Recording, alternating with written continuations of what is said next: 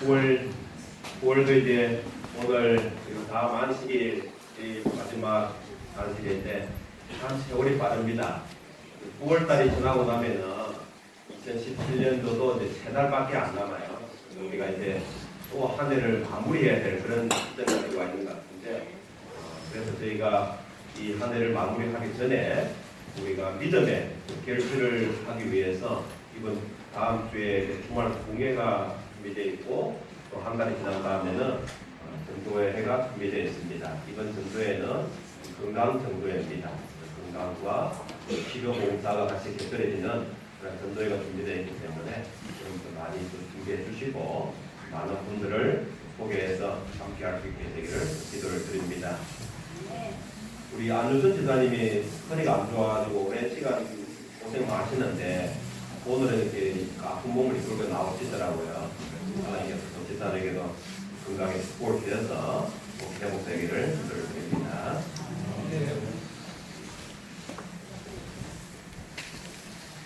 오늘 이 시간에는 인내에 대해서 다시 보도록 하겠습니다. 인내. 우리가 최선을 다하는 게 인내로 이렇게 하고 있는데요. 너희가 이제 믿음을 가져라 하고 난 다음에 그래서 베드로가 믿음에다가 그 다음에 하나 더해라 하고 있는데, 믿음에다가 뭘 더하라 그랬어요? 믿음에다가 덕을 더하고, 덕에다가 뭘 더하고요? 지식을 더하고, 지식 위에다가 뭘 더하고? 지난 시간에 안식일 하는 거잖아. 지난 안식일 날 절제를 더하고, 오늘은 인내를 더해라 하는 것입니다. 앞으로도 이렇게 몇 단계가 되어 있지만은 이것이 꼭 순서대로 이루어지는 건 아닌데, 믿음을 더 빛나게 하기 위해서는, 믿음을 더 가치 있게 하기 위해서는 이러한 것들이 플러스 될 때 훨씬 더 가치 있고 아름답다는 것입니다. 믿음은 있는데 이 외골수적인 믿음도 있어요.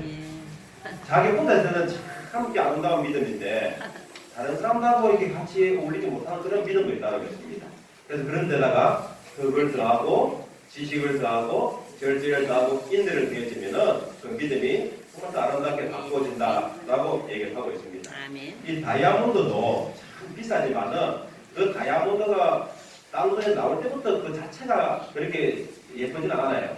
그냥 돌입니다. 그걸 이렇게 깎아야 됩니다.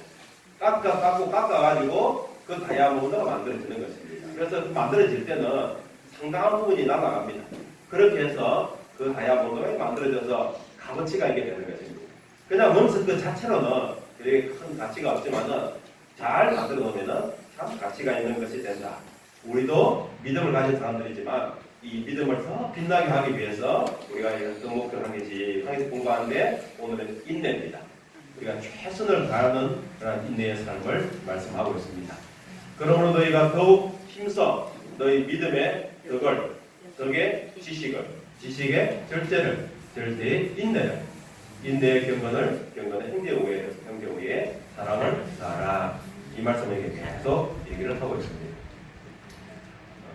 하루에 12시간 공부하는 것하고 하루에 1시간씩 12일 동안 공부하는 것하고 어느 게 더 효과가 있을까 하는 내용입니다.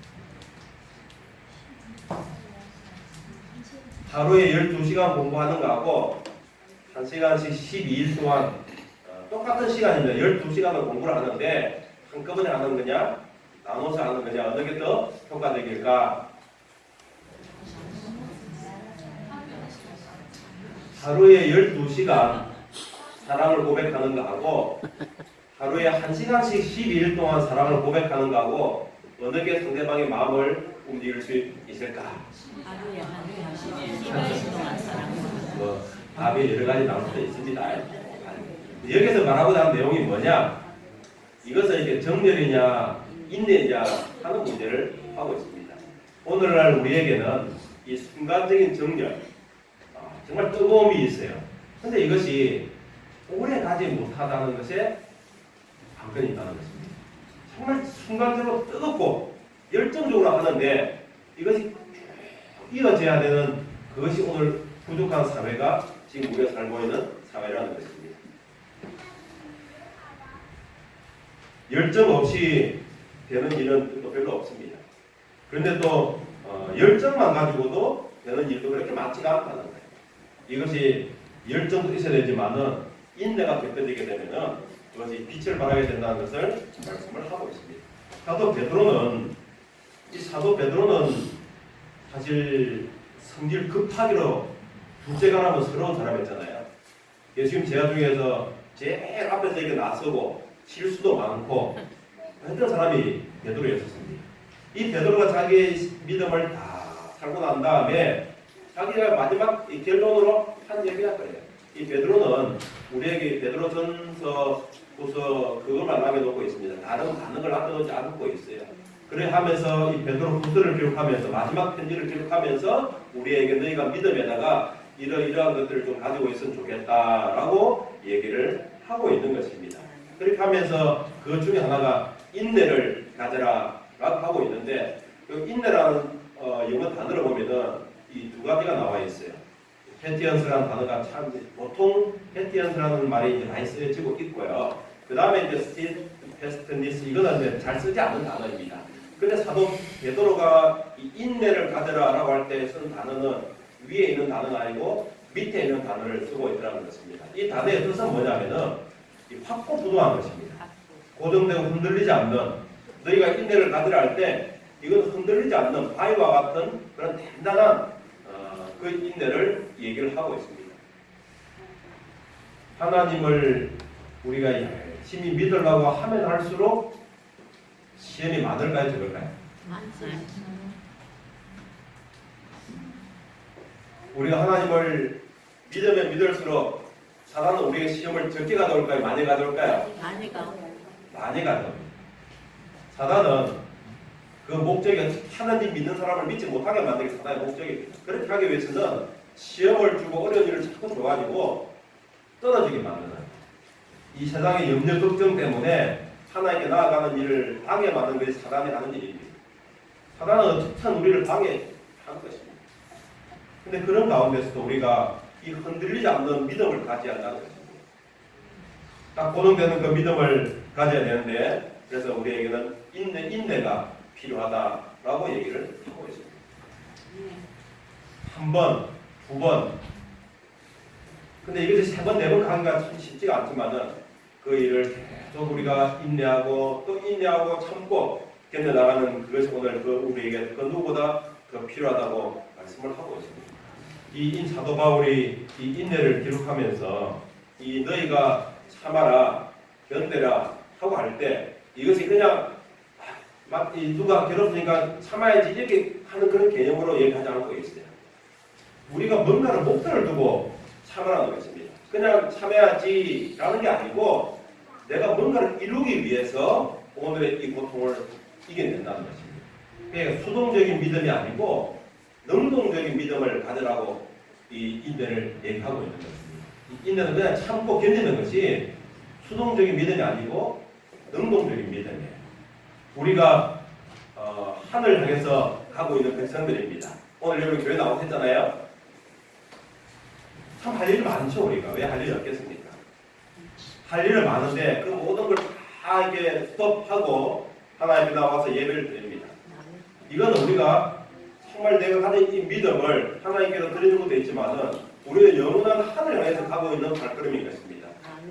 내가 가는 목표가 있기 때문에 오늘을 내가 실수가 있고 이걸 내가 견뎌낼 수가 있는 겁니다. 우리가 가는 목적이 없다면은 오늘 이 믿음은 우리에게 그렇게 큰 빛을 낼 수가 없다는 것입니다. 우리가 참는 것을 왜 참아야 되느냐?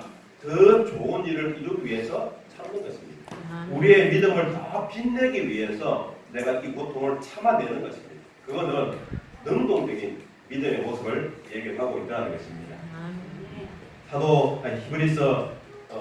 사도 바울이 히브리서를 기록하면서 믿음의 주요 또 온전하게 하시는 이 예수를 바라보자. 그는 그 앞에 있는 기쁨을 위하여 십자가를 참아사 부끄러움을 개의치 않으시느니 하나님 보좌 우편에 앉으셨느니라 라고 말씀을 하고 있습니다.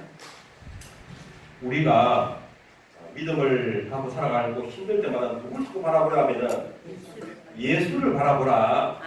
예수님의 십자가를 지실 때 그 앞에 있는 뭘 참았다 그랬어요? 부끄러움을 십자가를 참으사 부끄러움을 개의치 아니하셨다라고 말씀하고 있습니다. 우리가 지금 보는 그 예수님의 십자가 사건을 보면은 이 십자가 이 사진을 보면은 다 예수님이 그래도 이 속옷을 걸치고 있는 그런 모습을 보고 있지만은 실제로 로마의 사형 방법은 그러지 않습니다. 완전 나체입니다. 진짜 부끄러운 모습 그대로 사람을 달아서 그렇게 못 박아 죽이는 것입니다.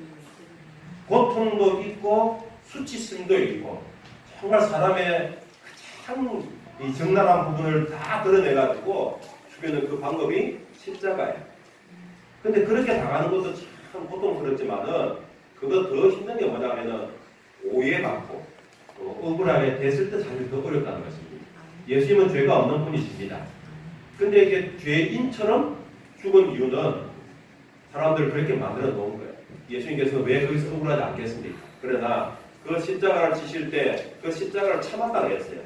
뭐 때문에 하나님 보좌의 우편에 앉는 것은 물론이거니와 그렇게 해서 이 죄인들을 다 구원할 수 있는 그 한 가지 사실 때문에 예수님께서 그런 걸 다 개의치 아니하시고 참으셨다라고 말씀을 하고 있습니다. 아멘. 그 일에 감사하십니까? 아멘. 우리는 그 일에 감사해야 됩니다. 그 십자가를 생각해야 합니다. 그 대리연수원 가면은 조그만 책을 하나 줍니다. 시대 소망 이 뒷부분만 떼가지고 만든 책인데 예수님의 그 겟세마네 동산에서부터 갈바리의 장면까지 그걸 꼭 읽으라 그래요. 그 기간 동안에 그걸 읽고 또 읽은 독서문을 쓰고 그렇게 하는 것이 과제입니다. 예수님의 그 십자가를 깊이 생각하는 것입니다. 우리가 이 땅을 살아가다 보면 여러 가지 다 힘든 일도 많이 있고 어려운 일도 많이 있습니다. 그런데 그러한 것들이 우리에게서 꽃을 피우는 하나의 아주 아름다운 일이 될 것이다 하고 있는데 믿음과 인내, 관용과 경건, 그리고 하늘에 계신 지혜의 아버지를 신뢰함 등은 근심과 절망과 사별의 한가운데 활짝 핀 완전한 꽃들이다. 우리가 살아가면서 근심, 절망, 그리고 사별 참 이런 것들은 견디기 참 어려운 부분들이거든요. 근데 그런 가운데서도 믿음을 꼭 피우는 게 뭐냐면은 믿음과 인내라는 거예요. 우리가 죽음의 길 앞에서 참배하면서 그렇게 눈물을 참을 수 있는 것은 믿음이 있기 때문에 가능한 거예요. 다시 만날 소망이 있기 때문에 이게 가능한 거예요. 하나님 아버지를 신뢰하는 그런 믿음이 있기 때문에 우리는 그 가운데서 아름다운 꽃을 바라볼 수가 있다는 것입니다. 이러한 것들을 우리가 더 깊이 생각할 수 있는 우리의 믿음이 되시기를 간절히 다시 한번 부탁을 드립니다.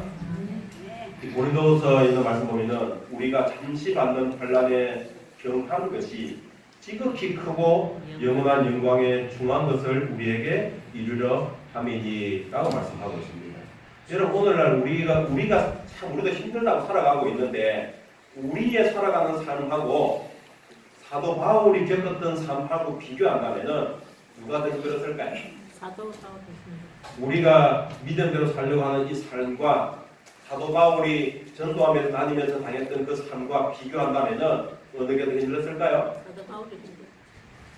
사도 바울이 훨씬 힘들었습니다. 사도 바울은 우리보다 더 힘든 시간을 보냈다고 했습니다. 어떤 데는 가서 돌에 맞아가지고 거의 죽었어요. 거의 의식도 쓰러져가지고 갖다 버렸는데 어떻게 또 기적도 회복이 되어가지고 그같이 그 상처가 나는 그 얼굴로 다시 그 동네 들어가서 복음을 전하면서 거기서 또 한 영혼을 얻게 되었는데 그 아들이 바로 이 디모데라는 믿음의 아들이었던 것입니다. 어떤 데는 억울하게 때 매를 받아가지고 감옥에 들어가가지고 그 고통을 당하다가 그 감옥에서 또 간수를 또 회개시키는 일가 일어나기도 합니다. 참 어려움 많이 겪었어요.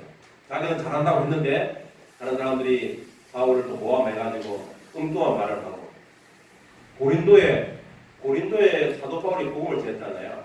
이 고린도 교회가 쪼개지면서 어떻게 하냐면은 나는 베드로파, 나는 바울파, 나는 아볼로파, 나는 그리스도파.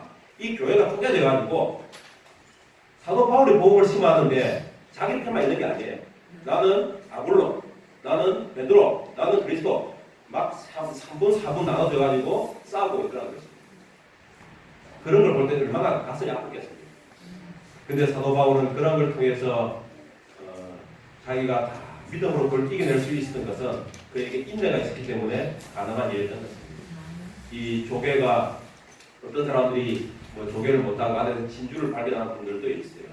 그 조개 안에 있는 저 진주는 어떻게 보면 이게 조개의 눈물일 수도 있어요. 겉으로 이렇게 이물질, 거칠거칠한 게 모래 알갱이가 들어가가지고 자기 몸을 괴롭히니까 그 알맹이를 자기에서 나온 점액질에게 싸지 않습니까? 싸고 오랜 시간이 지나가지고 그게 아름다운 게 진주가 돼가지고 반짝반짝하는 것입니다. 그래서 그 진주가 사람들에게 값어치가 있어요. 이 진주는 그 수많은 인내의 시간을 지나왔기 때문에 가치가 있는 것입니다. 우리도 오늘 우리가 당하는 이 많은 어려움들이 있어요. 이 어려운 일들을 지금 우리가 다 이해 못할 수도 있습니다. 그러나 훗날 더 많은 시간이 지났을 때에 그걸 우리가 바라볼 때가 있다고 했어요. 사방에서 어려운 일을 당하고 당혹스러운 일과 박해를 받는 바울이 그가 받은 시련의 환란을 중앙적으로 부를 수가 있다면 오늘날 그리스도인들이 불편할 것이 무엇이 있단 말이냐 하는 것입니다. 사도 바울도 우리가 더 많은 고통을 당하면서도 그거는 좀 작은 거여서 그건 별거 아니야 라고 했다면 우리가 당하는 것은 뭐가 그렇게 크지 않은 것입니다. 사도 바울도 그거 조그마가 했는데 우리는 그보다 더 작은 일을 당하면서 우리가 너무 엄살 부리지 말자 그런 얘기를 하고 있는 거예요. 그리고 우리가 또 하나 바라볼 것이 있습니다. 이것이 끝이 아니고 바울이 당한 많은 환란에 비하면 우리의 시련은 참으로 하날 것 없는 것이 아닌가. 그것들은 이기는 자를 기다리고 있는 영원한 영광의 중한 것에 비하면 비교할 가치조차 없습니다. 우리가 나중에 하늘에 갔을 때 우리에게 면류관이 씌워지고 하늘에 우리를 위한 아름다운 집이 마련되어 있고 정말 행복한 그 하늘나라를 우리가 산다면은 이 땅에서 보냈던 이 시간들은 그거하고 비교할 때 아무것도 아니라는 것입니다. 여러분들이 살다가 뭐 새로운 집에 새 집에 들어갈 때도 있잖아요. 그래서 요새 새 집에 들어가려면 돈이 적은 돈이 필요한 게 아니고 많은 돈이 필요하거든요. 근데 그 많은 돈을 모은다고 얼마나 이렇게 굶고 아끼고 살았습니까? 근데 그 딱 집에 들어가는 순간 그런 거 다 잊어버렸잖아요. 그 새로운 집에 대한 기쁨이 그동안의 고통을 다 잊어버리게 만드는 것처럼 우리가 하늘 그 나군에 가서 그 아름다운 곳에 딱 들어가는 순간 이 땅에 있었던 우리가 이 모든 일들은 다 아이고 그거 정말 별거 아니었네 라고 하면서 하나님께 감사할 수 있는 일이 생겨나게 된다고 얘기를 하고 있습니다. 그 시련들은 품성의 완전을 위해서 하나님이 임명하신 그의 종들이다. 우리가 오늘날 당하는 이 시련들은 누가 우리에게 허락하고 있는 거라고요? 하나님이 우리의 품성을 완전하게 가꾸기 위해서 오늘날 우리에게 허락하시는 하나님의 종들이라고 했습니다. 그래서 내가 어려움을 당하면은 하나님이 나를 또 이 완전히 하려 하시네 라고 하면서 우리가 감사하면서 살아가야 한다는 것입니다. 그렇게 살아가고 계시죠? 그게 참 잘 안 되는데 내가 어려운 일 당할 때 정말 그 앞에서 두려워서 떨 것이만 아니라 하나님이 이것도 나에게 허락하신 것이다.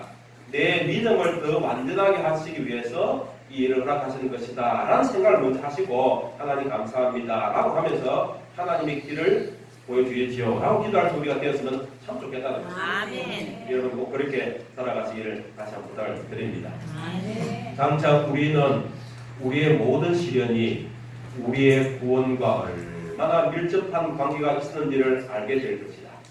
이 환란들이 바로 그리스도인 품성의 완전을 위해서 하나님의 임명하신 그의 사역자들이다 라고 하고 있습니다. 장차 우리가 많은 시련을 당하게 될 것인데 이 시련들이 더 훗날 우리가 이렇게 하늘에 가서 우리의 지난 생애를 쭉 돌아보면서 정말 이것이 내 구원을 위해서 그렇게 필요한 것이었구나 라고 알게 될 것이라고 말씀을 하고 있습니다. 요즘에 세계적으로 참 지진이 많이 나요. 그리고 태풍, 기근도 많고요. 그래서 이것은 말세의 징조입니다. 옛날 같지가 않아요. 뭐 미국에 닥쳤던 그 중남미 국가에 닥쳤던 그 허리케인 시속 250km 이 바람이 불더라고요. 우리나라는 뭐 60km만 불어도 뭐 부산에 있는 그 타워 크레인이가 이 골리앗 크레인이 막 쓰러지고 그랬는데 시속 250km 불어 그러면은 우리나라에 그렇게 불었다 하고 우리나라가 대로 남아갈 게 별로 없을 것 같아요. 유리도 깨지고 건물도 무너지고 그렇게 될 것 같아요. 그러니까 그런 이 태풍이 하나가 아니고 둘, 셋 달아가지고 막 계속 닥쳐져 있습니다. 또 지진 나가지고 많은 사람들이 매몰되고 어려운 일들이 많이 벌어지고 있습니다. 이러한 것들은 오늘 우리에게 주고 있는 하나의 경고입니다. 이제 우리가 더 끼어서 하늘을 바라보고 보게 하시는 하나님의 방법임을 우리가 또 기억했으면 참 좋겠습니다. 이 야고보서를 기록하면서 인내에 대해서 세 가지 모델을 제시하고 있습니다. 그 세 가지 모델은 뭐냐면은 농부와 선지자와 욥에 관련된 인내를 얘기하고 있습니다. 요즘에 이렇게 이 포도를 수확하는 철인데 우리 교회 당연히 이렇게 포도 수확하지만은 지금 포도를 우리가 먹기 위해서는 이게 그냥 하루아침에 되는 거 아니지 않습니까? 작년부터 거름을 넣어가지고 또 봄 되면은 이 가지치기 하고 또 가꾸고 풀 베고 또 그렇게 해가지고 잘 가꾸었을 때에 그 열매를 우리가 먹는 거예요.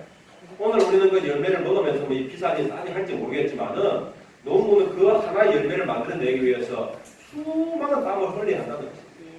인내의 시간이 있어야만이 열매가 있는 거예요. 선지자들이 하나님의 말씀을 전할 때에 좋은 말만 합니까? 하나님께서 선지자를 보내가지고 그 이스라엘 백성들에게 기회를 전할 때 좋은 말을 했어요. 평안할 때는 그런 얘기를 잘 안 합니다. 근데 하나님께서 이 이스라엘 백성들이 벽길로 가니까 그들을 돌이키기 위해서 선지자를 보내거든요. 예레미야 선지자를 보내고 이스라엘을 보내가지고 돌아오라는 것입니다. 너 거기 가지 말고 돌아오라. 그렇게 하니까 오히려 돌아오라 한다고 또 그걸 미워해가지고 예레미야를 죽이잖아요. 좋은 말 했다고, 옳은 말 했다고 자기들 듣기 싫은 말을 하는 거죠. 그러니까 잡아서 죽입니다. 그래서 선지자는 그걸 알고도 복음을 전하는 거예요. 그것이 있네. 알 수 없는 시련이 거의 닥칩니다.